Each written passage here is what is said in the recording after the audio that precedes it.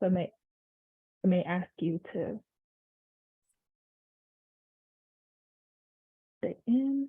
And for everyone that's here, thank you all for coming. Please sure to invite your friends or share this with anyone who may be interested in learning more about ways that they can make that better transition from undergrad to adulthood.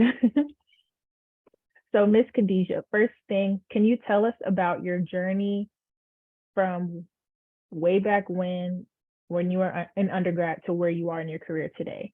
Yeah, of course. I think I'm gonna take it a step back to high school because I feel like that will fully paint the picture of my entire academic journey. So I grew up in a military family. I moved all around, went to probably about like 12, 13 different schools throughout my pre-K all the way to 12th grade. And high school was just not it for me. So my first year of high school, my freshman year, my mom got deployed to Afghanistan and Iraq. So I was dealing with the heaviness of that and the heaviness of like other family traumas and stuff that I was going through. And the education system just was not a support system for me. I was labeled as like the rebel child, or probably some points my teachers probably thought I was lazy or whatever the case may be. And I was just dealing with so much as a 13, 14-year-old girl.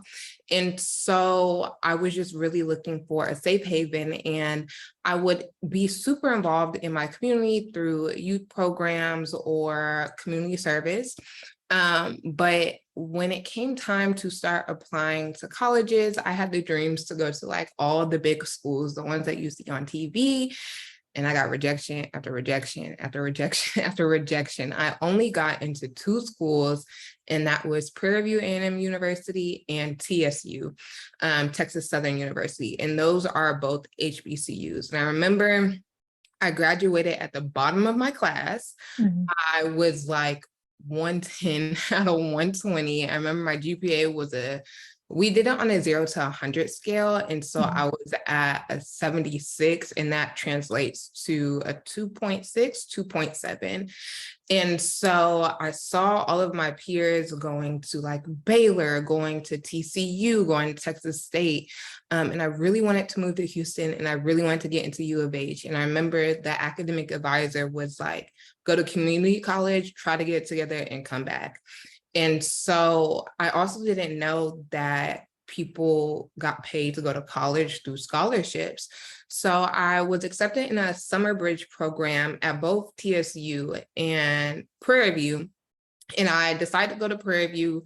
And once I found out, okay, this is a clean slate, nobody knows me but one other person that I went to high school with, I can start over. And I started seeing grades as money.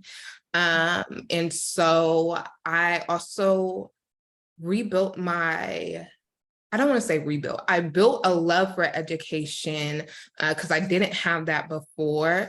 I built that through the community that comes with going through to a HBCU. And I graduated with a bachelor's of science in agriculture, which is like completely random, but I thought I was going to be a marine biologist. I wanted to take it all the way up to my doctoral degree.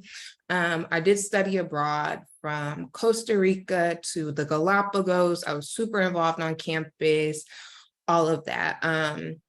And my junior year, I decided that I wanted to become a therapist. So on top of my science classes that I was taking, I was also taking all the psychology classes and trying to fit it into my last 2 years of college, because I'm like, oh my gosh, I need 18 additional hours. So I did all of that. And then COVID came, and I applied to all of these master's programs for psychology and to become a therapist. But it was literally like ghost town. Like nobody was responding. It was just nothing. And so I remember it was about this time in 2020, and I was just applying to every job, every single job. And I remember one of my friends, she was like, why don't you just become a teacher? And I'm like, I really don't want to do that, but sure. So I started applying to like, let me be a preschool teacher, let me be an art teacher, let me apply what sounds easy. And I remember I was just getting the rejections from that, but I was getting interviews to be a biology teacher, a ninth grade or high school teacher. And I'm like, oh, I don't want to do this. I want to be like a art teacher. And then my grad school reached out to me and they're like, hey, we are rejecting you for this art position, but we want to interview you for this grad school position that's in partnership with KIP. That's like a charter school here. Well, they have it throughout all the United States. And I was like, I don't know anything about teaching. The last time I was around kids was when I was a kid. So I'm like, okay, let me try it. And I went through the process and I got into grad school on a full ride scholarship.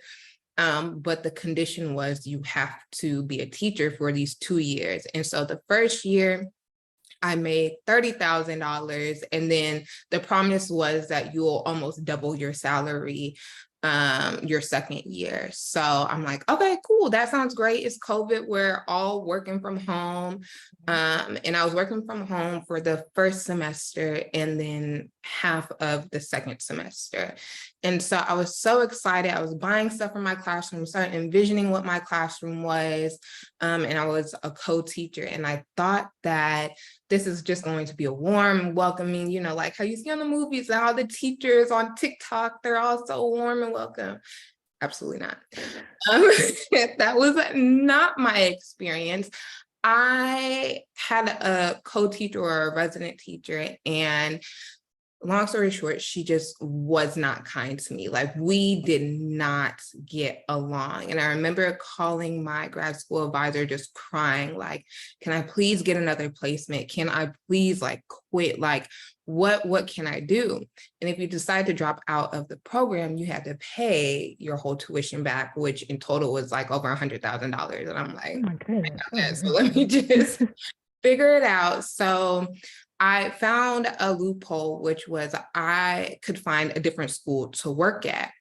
And so I remember I interviewed for another charter school here in Houston. I had the professor, or not professors, I had the principal's email and phone number, and I called her up and I was like, hey, are you still looking for a biology teacher? Like, I'm in the market again. And so I went through that, got the interview, and I'm like, or I got the job. I'm like, oh, okay, my problems are over. I really was taking like becoming an educator serious.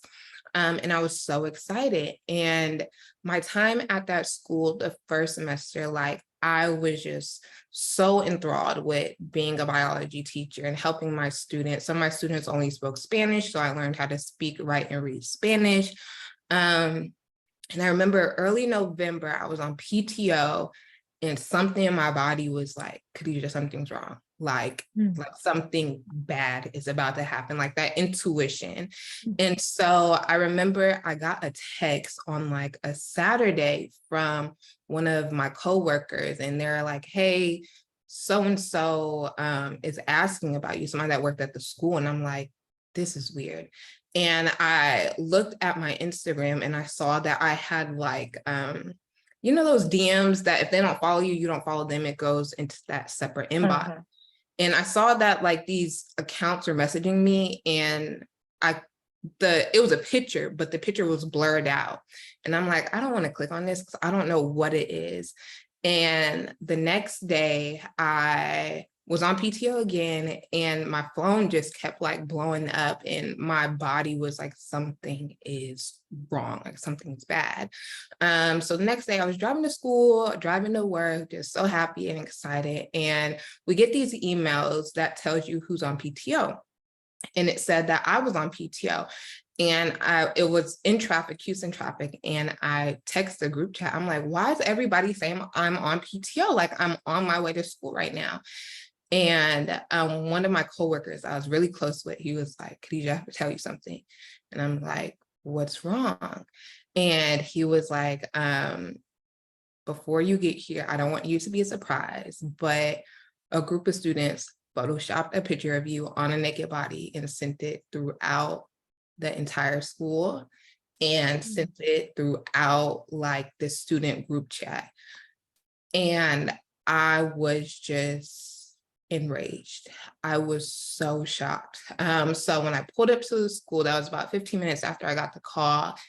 I was called straight to like the principal's office, and I was going off. I've never been so violated, so dehumanized, so sexualized, especially when we're talking about a group of kids did this to you. So what's the precautions? And there's no safety net for teachers at all. Like when something happens to a teacher, they try to just give you a cookie and like, hopefully we just forget about this. And so I was put on leave, paid leave, to like try to figure everything out for about a month. And then right after that, it was like a 2-week period. I had to go back to school, and then it was Christmas break. So I remember I had to like go get all these like evaluations, or like go to a therapist to like all of these things. I remember every time I would go, everybody was just so shocked. Nobody could give me advice. Like it was so shocking because nobody has heard of something that bizarre happening, especially in a workplace, especially by kids. It was just, everybody was in shock. And I was like, I have to get out. I cannot be a teacher anymore. The space that I created that was supposed to be a safe space for my students was literally no longer a safe space for me. Whether it was like my physical space, my mental space, everything, I was violated to the highest level. And I remember I would just go to work angry. I was so upset. I didn't want the students talking to me. I didn't want my coworkers talking to me. I didn't want anybody talking to me. If it wasn't about the strict curriculum, I'm not talking to you. And so I remember one of my managers at the time, I was also close with, she was quitting, and she wrote me a note and she said, I hope joy returns to you again. That's how just, I was a shell of myself. And so I started scrolling on TikTok, and this was when the buzz of working in tech, you could work from home, you can make $100,000, $200,000, $300,000. And so I'm like, I'm about to work in tech. I don't know anybody that works in tech. I didn't have a LinkedIn profile at that point. If I did, it was like not active at all. And so I just started documenting my job hunt journey. So I was applying to all these jobs and like nothing was hitting. And so I just started messaging directors and vice presidents of these huge companies. And so I had interviews for some of the biggest startups. I had interviews with Facebook, with HubSpot, with Robinhood, but none of them were like sticking. And so I'm like, how funny would it be if I got a job at Adobe, like the people that make Photoshop? And so I just, on a whim, I messaged my former director and I asked him for a job. And the next day he set me up for an interview, and the rest was history. I got my job at Adobe, and I heard about that I was accepted to the job on Monday. My last day was that Friday. And so I also knew that my grad school is on the line. And so I just wasn't quitting a job. I now also had to find another teaching job, so I can graduate from graduate school. And so I found a virtual private school that I was teaching. So I was working at Adobe full-time, I was teaching part-time, and I was in grad school full-time. And after I would get off my job at Adobe, I'll open my personal laptop and I would teach biology, anatomy and physiology, and physical science. And I had about 5 students. And so I was just doing that, writing my thesis and all of that. And so when I graduated, I'm like, okay, this is just, my teaching chapter is done. I can just focus on growing in the corporate realm. And so I did that. I was blossoming, growing. I was traveling the world. I bought the nice shoes. I was doing all of this. And in December, like that's when the layoffs really started to pick up and start to happen. And I remember I messaged one of my coworkers. I said, it's a little too quiet. We really ain't doing nothing. I'm going to Pilates a little bit too much. Like, where's the work at? And so I started applying for jobs. And then February is Valentine's Day. I get an email that's like, can you make it a priority to make this meeting? And I said, okay, cool. And I already knew what that meant, was like the layoff email. But a day after that, I had to fly out to California for a speaking event. And so I found out that I got laid off from my job. And then I had to go put on a face to talk about what's it like working in tech.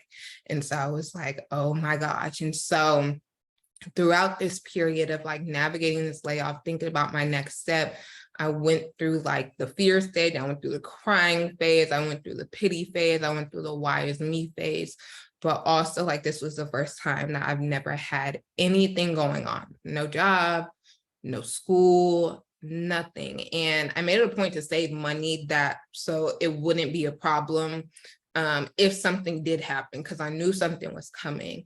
And so in this time, I've really just been reflecting and just getting guidance on what my next step is. And so currently I'm working on my application to apply for my doctorate of education at Baylor, and to be the advocate that I needed when I was a teacher and the advocate that I needed when I was a student, and to be an advocate for the students that are still in the classrooms. I mean, the kids that I teach, they're 10th graders right now. So it's like, I'm not too far removed from the situation that happened to me. And so I'm in the interview process as well, but I'm going back into education, but to redefine the academic experience, because I know firsthand how traumatizing and isolating it could be.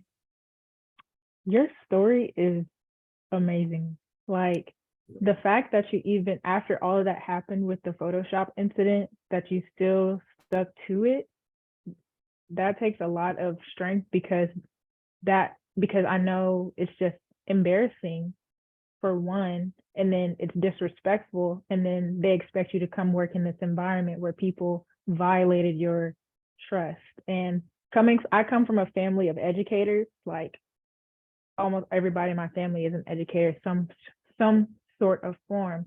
So it's just crazy how like education, it has its ebbs and flows, but it's always changing, and it's not necessarily changing for the better. So I'm glad that you're pursuing your doctorate. I wish you best of luck on that, because I know getting your doctorate first and foremost is not easy at all. So I'm commending you for taking that step to really change and, be an advocate for education, because it's going in a direction that needs to be most definitely, especially readjusted. Look like us. Yes. So we already kind of talked about how your experience is. So what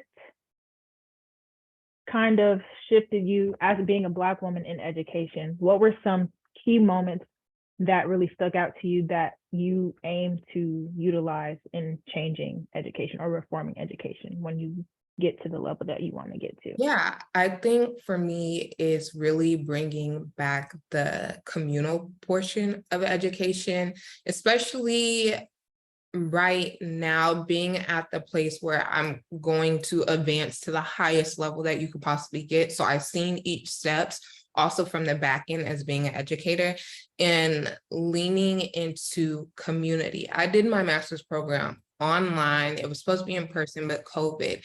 And to do a master's program online by yourself, you're not meeting any of your classmates. And before that, I was at Prairie View, where it was always community. We're always going to the library to study. We're joking, we're laughing, we're having fun. It's not just focused heavy on the academic portion, whereas my master's program, that was my only focus. And then in transition, now I have to deal with this trauma and focus on this. And I realized and learned from my students that creating a safe space is so important. We all have so much going on. I think about my 14-year-old self, where I was labeled as like the rebel kid, the kid that don't care that much, the kid that's just trying to get by. But behind that layer is I'm hurting, and I didn't know how to advocate for myself at 14, saying that I am hurting right now. I need help. I need community. I need a soft space. And education it's a competitive space, whether you're trying to apply to the next step, whether you're trying to be the best in the class, whether you're trying to be the fastest or the best at whatever sport or competition that you're playing in, but it lacks that soft space, that space of compassion, the space of empathy. And so I've seen that also from the educator standpoint. We all know that one teacher that was like, if I see you again, I'm grown now. Or that one educator that she always gave us candy, or he always opened his classroom to us whenever we just needed to be heard. And so going into this next step of education, like making sure that whoever I come in contact with, whether it's an administrator, whether it's a student, I don't care if it's pre-K all the way up to doctoral, that you're heard, that you're advocated for, and that you're seen. And that's a lot of times gets overlooked in the system. I agree. Like I said, family, so long line of educators. So I noticed that just hearing from like stories from like my mom and my aunt, their teachers, the faculty at their schools, the community was there. But then somehow, as the years went by, that community just kind of vanished. So I think it's very important to definitely have a safe space, because I feel like nowadays, like you said, it is a competitive environment, and it's okay to have healthy competition, but you can't really have a healthy competitive environment with no support, no community. Yeah, most definitely. So I'm glad that you brought that point up. Is there any advice or any ways that there will be opportunities that you think Black women could utilize or use their resources to create those safe spaces, if that makes sense? I hope that question makes sense.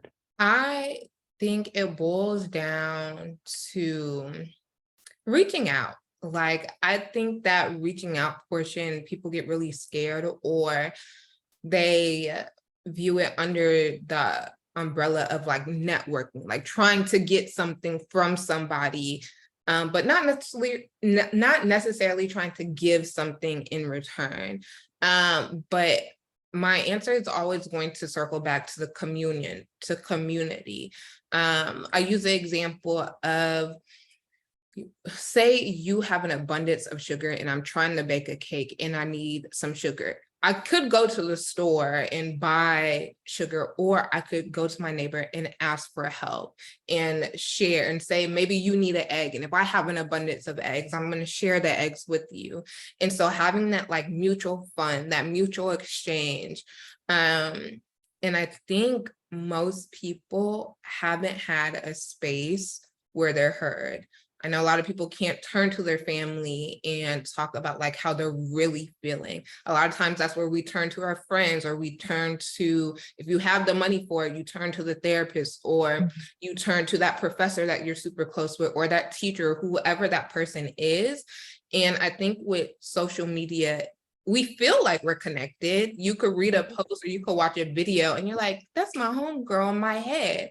But they have 5 bajillion followers. So it's like, you don't really know these people. And so how can we bridge that like false sense of connectedness? And we're moving in a digital age, and with working in tech, I've seen how these technologies are transforming even within a year time span. And so really going back to having a common place of community, and that takes reaching out. It takes, maybe you're gonna have to put yourself out there and you take that first step. And I think another thing that I've learned, don't silence yourself. I don't care how big or small it may be. Do not silence yourself. You could be reaching out to an executive, or you could be telling somebody this crossed my boundary, or this made me uncomfortable, or actually that's the wrong order. But don't silence yourself. When you silence yourself, you're just going to be suffering.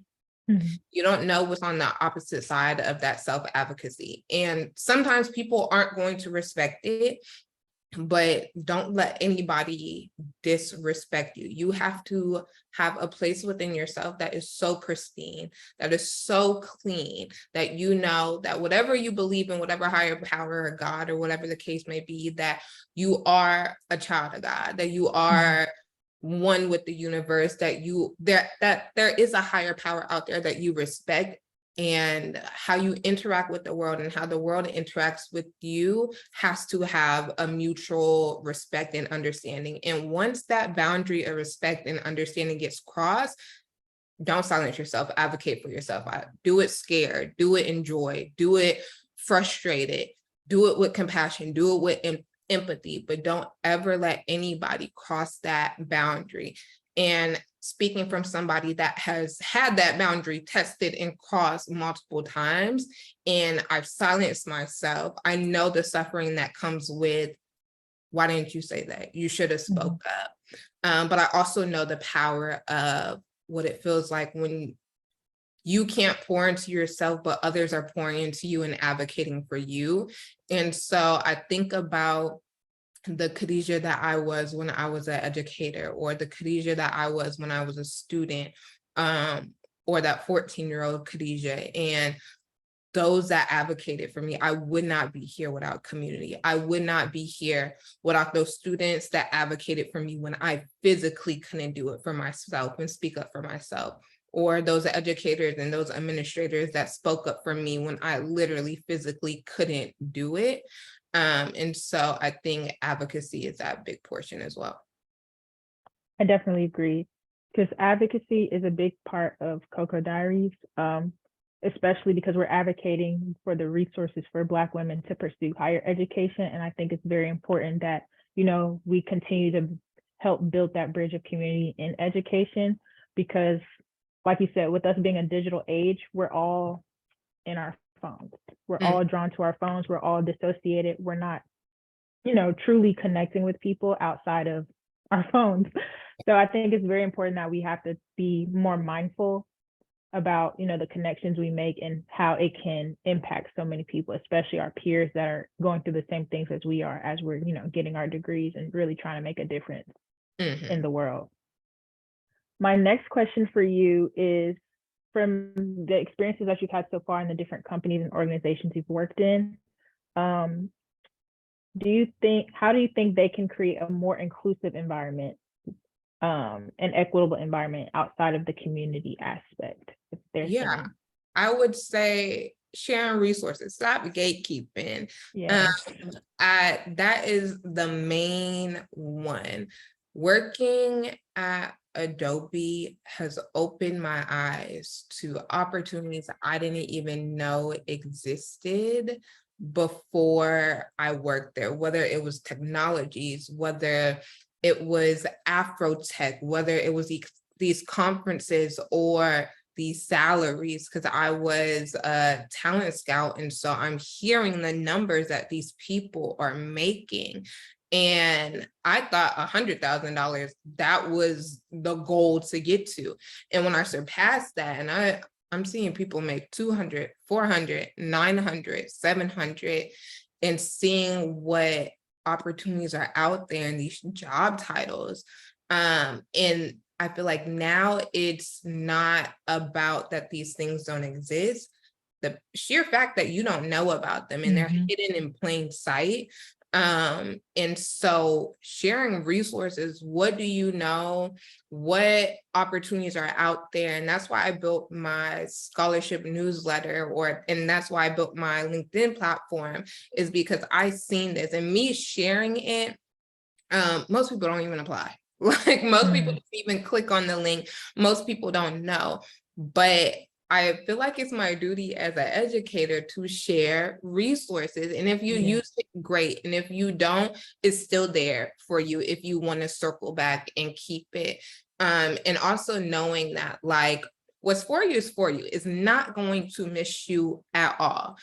So me sharing an opportunity, that has nothing to do with the journey that I'm on. And if it's for me, it's for me. If it's not, it's not. And I don't take anything that's not for me. I don't want that. Why would I want that?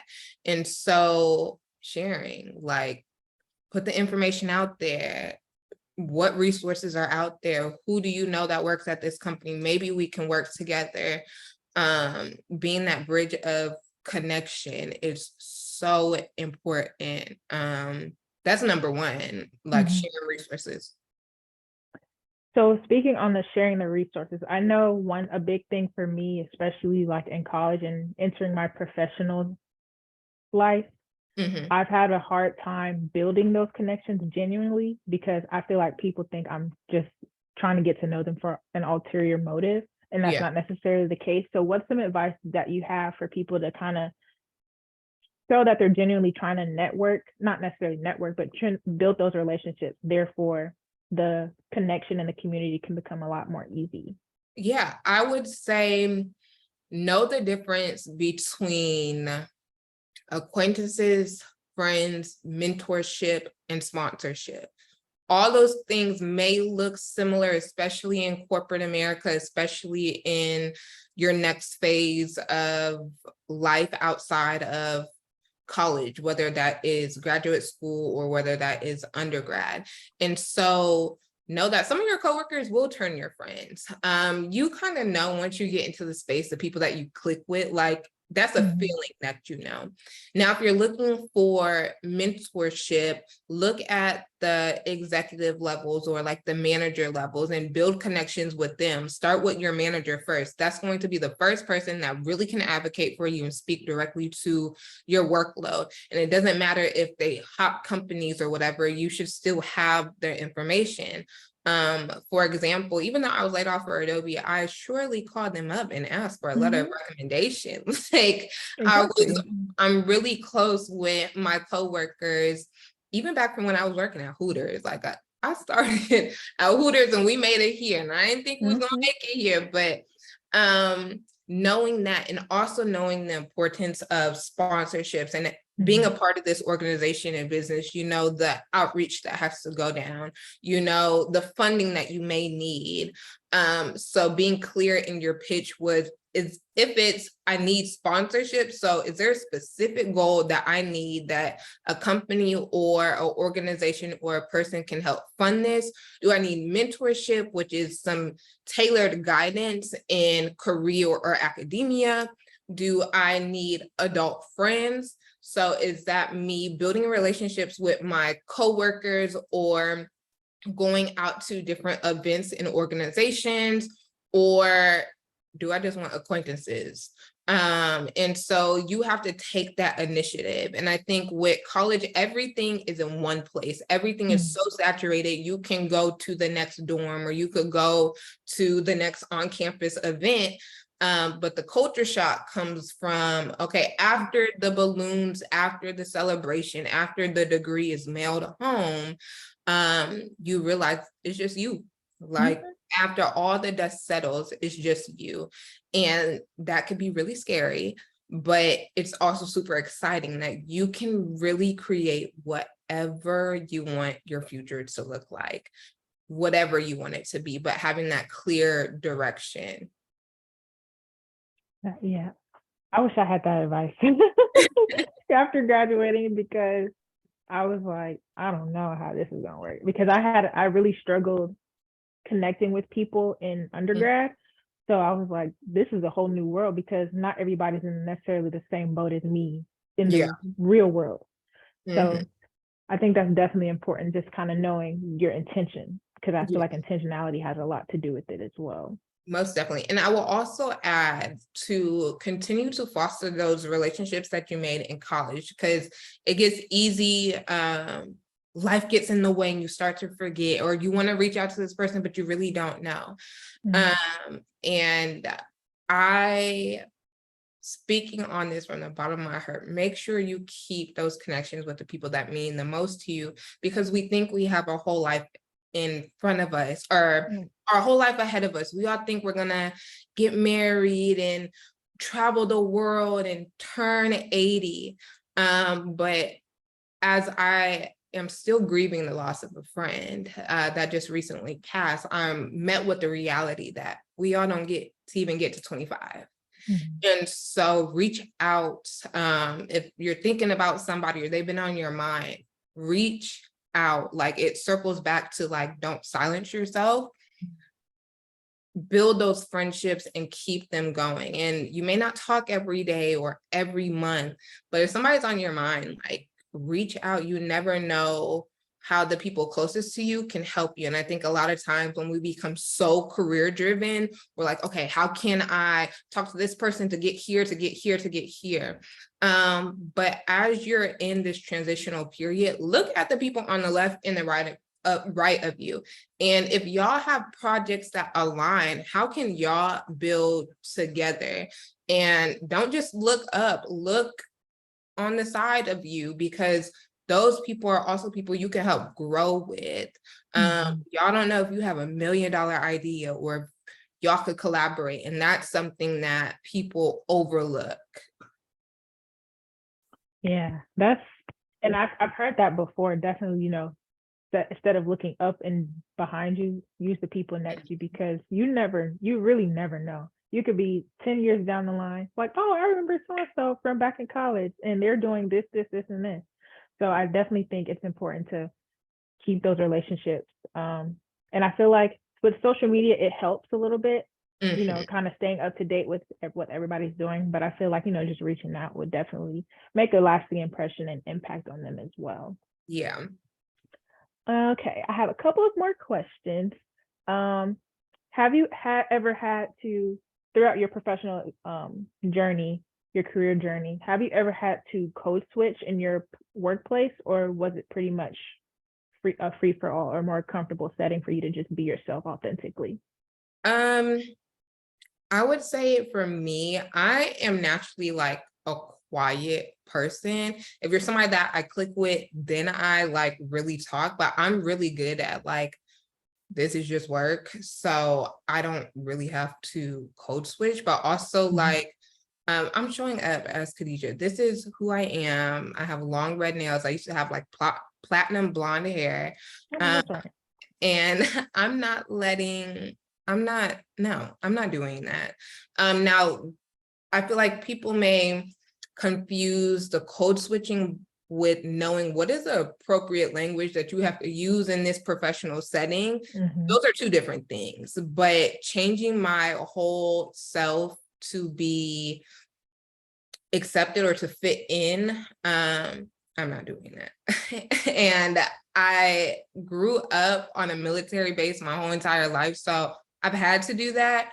So I've seen it and I'm like, this really doesn't get you anywhere. And I think people have to understand the difference of using the appropriate language in whatever setting. So whether it's professional, academic, or casual, learning the difference between that, code switching, and tokenism. I think that a lot of times those lines get blurred and they think one is the same as the other or one is vastly different. But understanding the difference between those three is so important. And don't switch who you are for a job, for an opportunity. Like I said earlier, what's for you literally will never miss you. And I know that sounds so cliche, but I was a Hooters girl. And then I worked at Adobe. I've seen every aspect of career. And so literally what's for you will never, ever miss you. And that comes with hardship. It comes with confusion. It comes with long nights of crying and praying for guidance, but to know that you're exactly where you need to be. You don't need to be anywhere else than where you are right now, and finding the power and the beauty in that. And it's so scary. And I know sometimes like we're not in the place to receive that, because like, you don't know what I got going on, girl. Like you don't know. But what I do know, I've suffered before, and I know what that suffering feels like. And I know what it feels like to silence yourself, going back to that. So like, don't do it. Just stay your authentic self, and what's for you will always, always come to you. Amen on that.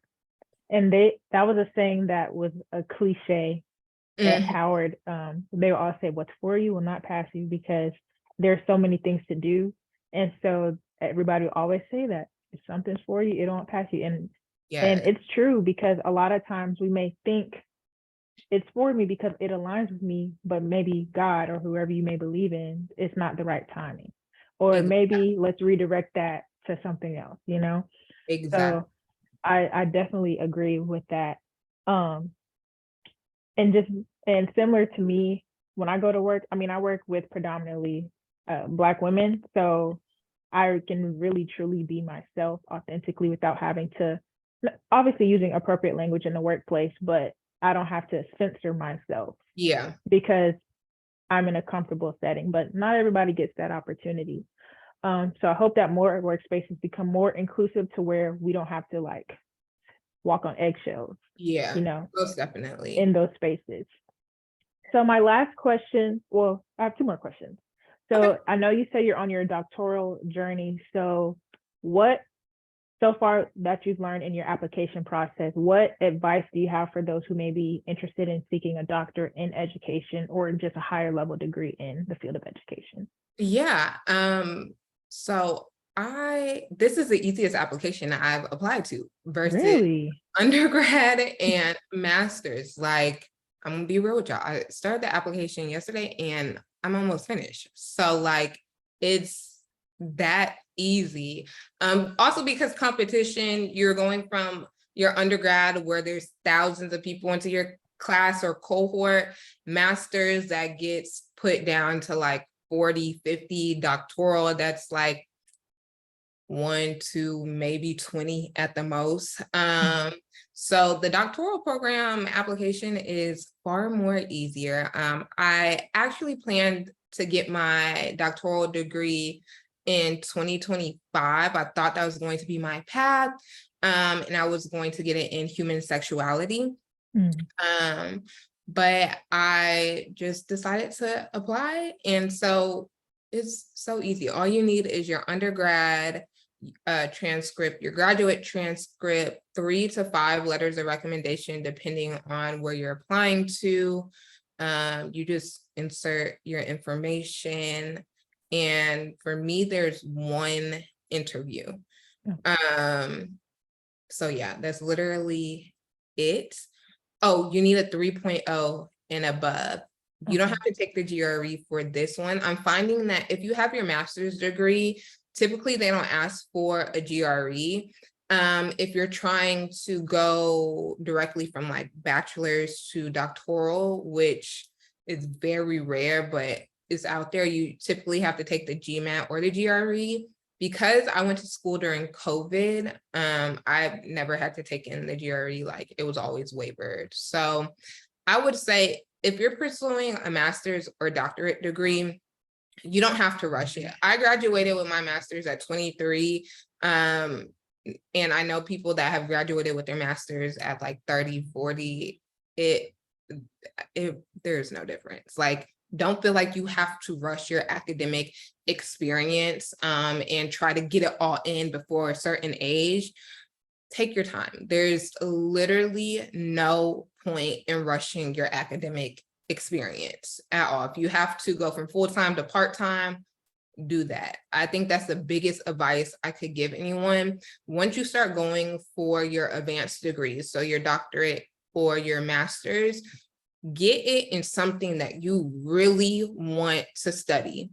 Don't do it because a parent wants you to do this. Don't do this because everybody else around me has masters or an MBA, because they are not doing those theses and those papers for you. And because your degrees, your advanced degrees are so specific on a certain topic, and this is what you're studying for the next 2, 3, 4+ years, really get it in something that you truly, truly, truly want.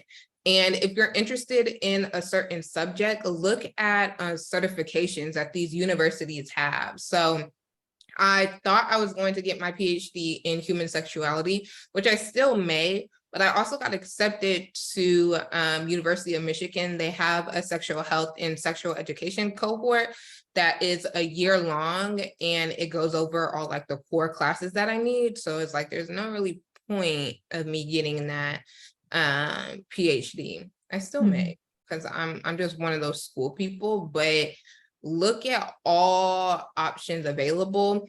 Also, if you are working in the corporate realm or interested in breaking into the corporate realm, a lot of these times these companies fund you to go get your degree, or they have scholarships or some type of like grant program. I know working at Adobe, we got $10,000 a year. And so I graduated last year and I was like a new hire. And so they gave me $10,000 because I graduated within that 12-month period of me getting hired. I know at companies like Deloitte, they will sponsor you to go off to get your MBA and then you have a secure job back. And so if you're really passionate about furthering your education in that realm and also growing in corporate realm, it's so important that you're applying for jobs that have that academic support, so you don't have to pay for it, or there is some type of burden lifted off your shoulders. Ooh, you're dropping gems. Because and it all ties back to what you said.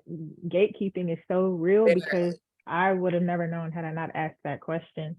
And even like when we did an event a couple weeks ago about getting like your PhD in STEM, people didn't know that most of those programs are fully funded. Yeah, I like, will say, yeah, a lot of, once you get to your PhD level, there are a lot less like funding opportunities unless you're going to university. Now you have to live on campus, be a TA, and do all of that, and the stipends are pretty low, but hey, that's the sacrifice you make, because that PhD is not cheap. But there's so many scholarships, like third-party scholarships that are out there. Also so many grants. And I think what people don't understand with grants is that they're just like money in a pot. And if nobody collects this money, either it sits there forever or gets canceled. And I don't know if anybody on this call is interested in being an entrepreneur. This is something I learned recently because I'm heading into that field also. Register your business with sam.gov. It is like the government link, or the official, some type of small business website with the government. Register that, get your DUNS number, get your EIN, also get small business insurance because you're going to need that, and look at open solicitations within your city, because the ones locally, only like 3 people are applying, and those same 3 people are getting these contracts. That the smallest one that I've seen is $30,000. The largest one that I've seen is $17 million.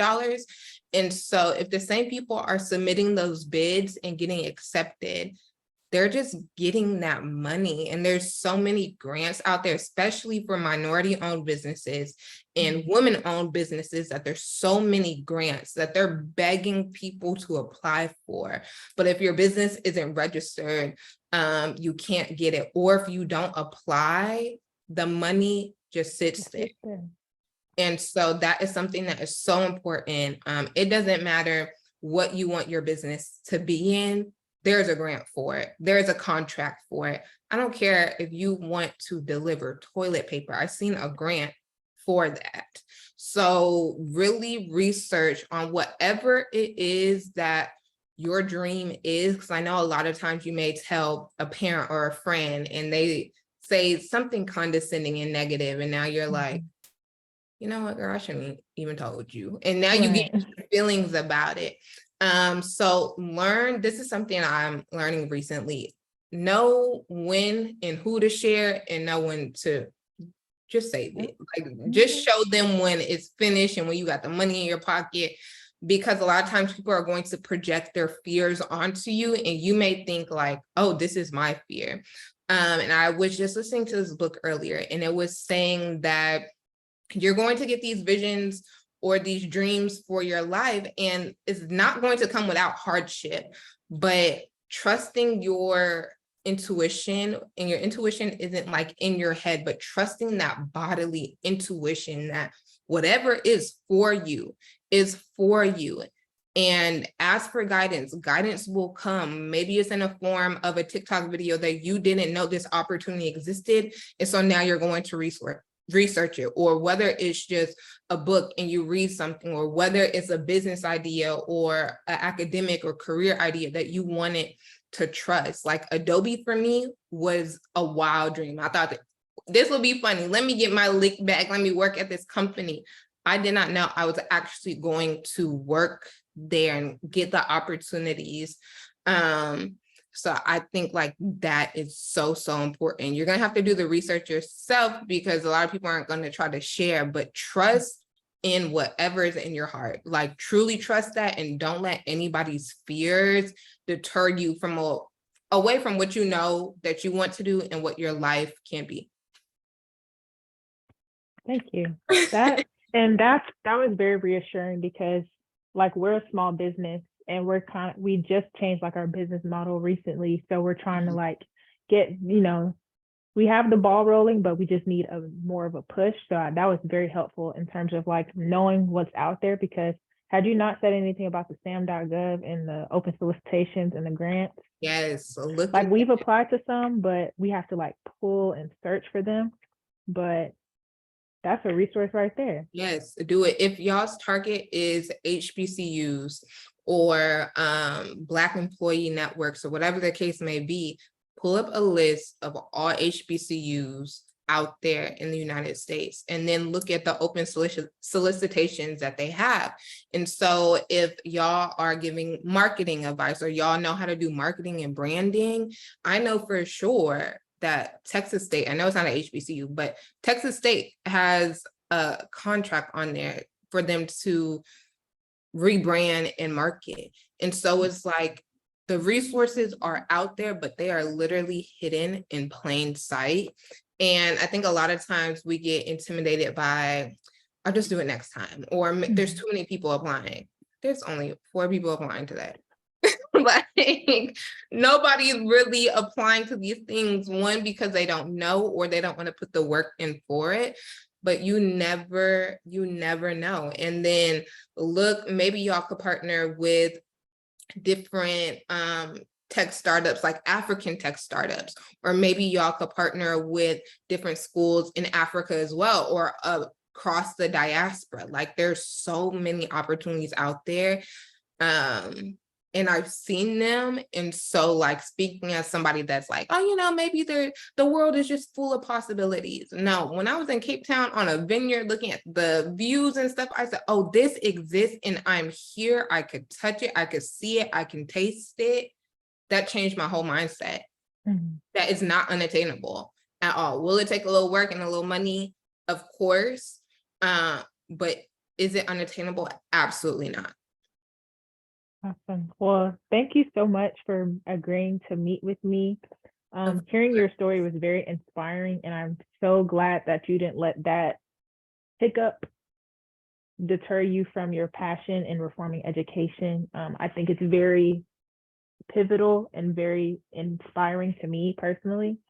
So thank you so much again for coming to speak with our little crowd of people. We will be sharing these resources as well via our website and social media soon, so definitely be on the lookout for that. And if there's things that you may come across or we may come across that we think could benefit for your platform with the resources you share, we would love to collaborate with that as well. If you didn't have any questions for me, or if Mariah, if you didn't have any questions for Khadyajah, we can. If y'all have any questions, I'm more than happy to answer, but I will most definitely share any resources that I come across. Y'all have my email, my contact information. So I'll share anything I know with y'all. What I know is I'm just sharing y'all with y'all. So yeah. Yes. Well, thank you again, Ms. Khadyajah, and good luck to you again for your PhD journey. You're gonna get it. You're gonna be out here changing policy, and I'm gonna be right there rooting for you. Thank you. Thank you. All right. Well, you have a great evening, and thank you everybody else for joining. Of course. Thank you. Bye.